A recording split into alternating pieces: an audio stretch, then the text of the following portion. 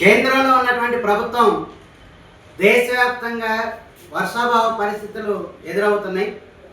రైతాంగాన్ని ఆదుకోవడానికి కానీ, అట్లాగే వ్యవసాయ పనులు సీజన్ ప్రారంభమైన తర్వాత రైతులకు అందించాల్సినటువంటి వాటి గురించి కానీ ఎలాంటి ఆలోచన చేయనటువంటి పరిస్థితి ఉంది.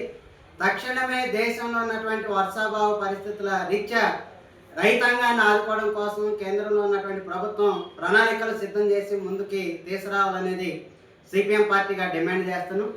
దేశవ్యాప్తంగా ఉన్నటువంటి రైతాంగం యొక్క రుణాలని రద్దు చేయాలి. అట్లాగే రైతులకి అత్యంత సబ్సిడీతో కూడినటువంటి ఎరువుల్ని విత్తనాలను అందించడం కోసం ప్రయత్నం చేయాలి.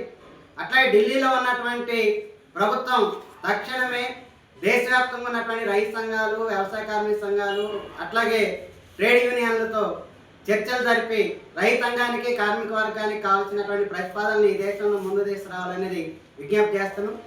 అట్లాగే దేశవ్యాప్తంగా మేము అధికారంలో రాగానే సంవత్సరానికి 2 కోట్ల ఉద్యోగాలు భర్తీ చేస్తామని చెప్పారు. కానీ దేశంలో పెద్ద ఎత్తున నిరుద్యోగుల సంఖ్య పెరిగిపోతున్నటువంటి పద్ధతి ఉంది. వీళ్ళకి కావాల్సినటువంటి ఉపాధిని చూపించేటటువంటి ప్రయత్నం ఢిల్లీలో ఉన్నటువంటి మోడీ ప్రభుత్వం చేయట్లేదు. తక్షణమే దేశవ్యాప్తంగా ఉన్నటువంటి ఖాళీలన్నింటినీ భర్తీ చేయడం కోసం నోటిఫికేషన్ ఇవ్వాలని కోరుతున్నాం. అట్లాగే గ్రామీణ ప్రాంతంలో పెద్ద ఎత్తున పని లేక వలసలు పోతున్నటువంటి వాళ్ళ సంఖ్య పెరుగుతుంది. వాళ్ళ పని చూపించడం కోసం గ్రామీణ ఉపాధి హామీ పనిని గ్రామీణ ప్రాంతంలో అడిగినటువంటి ప్రతి ఒక్కరికి పెట్టాలి. అట్లాగే పట్టణ ప్రాంతాల్లో కలిసినటువంటి అన్ని గ్రామాల్లో కూడా ఉపాధి పనిని ఇవ్వాలి. పట్టణ పేదలకు కూడా ఉపాధి పనిని విస్తరింపజేసే దానికోసం కేంద్రంలో ఉన్నటువంటి ప్రభుత్వం చట్టంలో మార్పులు తీసుకురావాలనేది డిమాండ్ చేస్తున్నాం. అట్లా పెరుగుతున్నటువంటి ధరల్ని నియంత్రణ చేసేటటువంటి దానిలో కేంద్రంలో ఉన్నటువంటి మోడీ ప్రభుత్వం ఘోరంగా విఫలమైంది.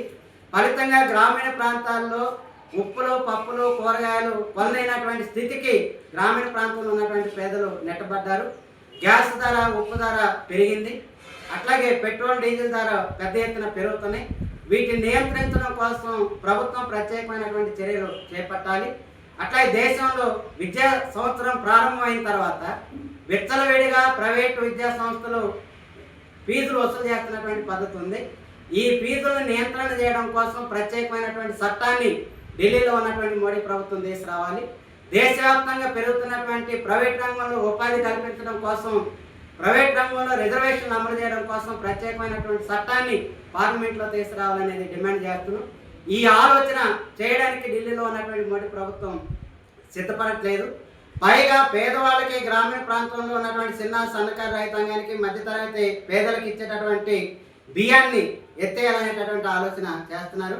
దానికి తగ్గట్లుగా ఆహార భద్రత చట్టంలో మార్పు తీసుకొచ్చి అంత్యోదయ కార్డు కలిగినటువంటి వాళ్ళకి ఇప్పటి వరకు కుటుంబానికి 35 కేజీలు ఇస్తున్నటువంటి బియ్యాన్ని 7 కేజీలు తగ్గించాలనేటటువంటి ఆలోచన చేస్తున్నారు. మనిషికి 7 కేజీలు బియ్యం ఇవ్వడం అంటే పేదలకు ఇచ్చేటటువంటి ఆహార భద్రతని పూర్తిగా అందించేటటువంటి బాధ్యత నుంచి ప్రభుత్వం తప్పుకోవడమే. తక్షణం ఈ ఆలోచనల నుంచి కేంద్ర ప్రభుత్వం వెనక్కి రావాలి.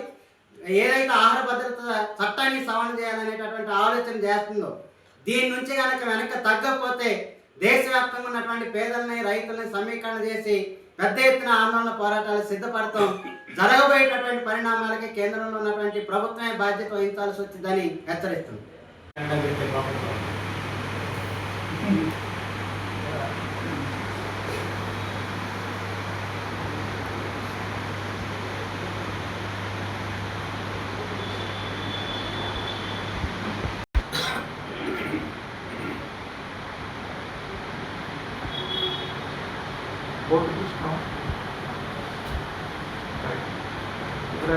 ప్రసాద్ వాయిస్